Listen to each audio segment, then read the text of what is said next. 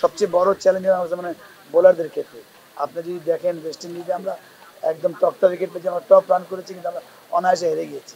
But আমার মানে batting নিয়ে এই সিরিজ এত ভোগাবে না, বাট বলিংটা খুব চ্যালেঞ্জিং হবে আমার আমার কাছে মনে হয়। কারণ বরাবরই পাকিস্তানে অনেকবার ট্যুর করেছি, তো ওইখানে কিন্তু ব্যাটিং স্বর্গ ওই হিসাবে, ঠিক আছে, স্পেশালি লাহোরের ওই পিচগুলো।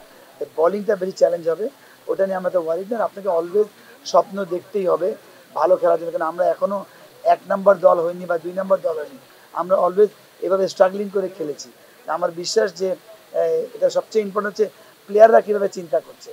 আমরা যতই বলি গণমাধ্যম, মোটিভেটার বা কোচ, এটা ইম্পর্টেন্ট না, ইম্পর্টেন্ট হচ্ছে প্লেয়ার তাকে কীভাবে মোটিভ করে, সে কীভাবে এক্সিট করবে। আর যেহেতু আমার বিশ্বাস, এটা আমার একটা পরামর্শ থাকবে যে তারা ব্যাটিং নিয়ে, আমার মনে ব্যাটে বল আসবে, ব্যাটিংয়ে ওয়ারি করার কিছু না। যদি আপনি আমাদের এনসিএল দেখেন, আমাদের বিপিএল দেখেন, প্লেয়াররা অনায়াসে স্ট্রোক খেলেছে, প্রচুর আগে যে ছক্কা মেরেছে, ওটা ওয়ারিড হবে না।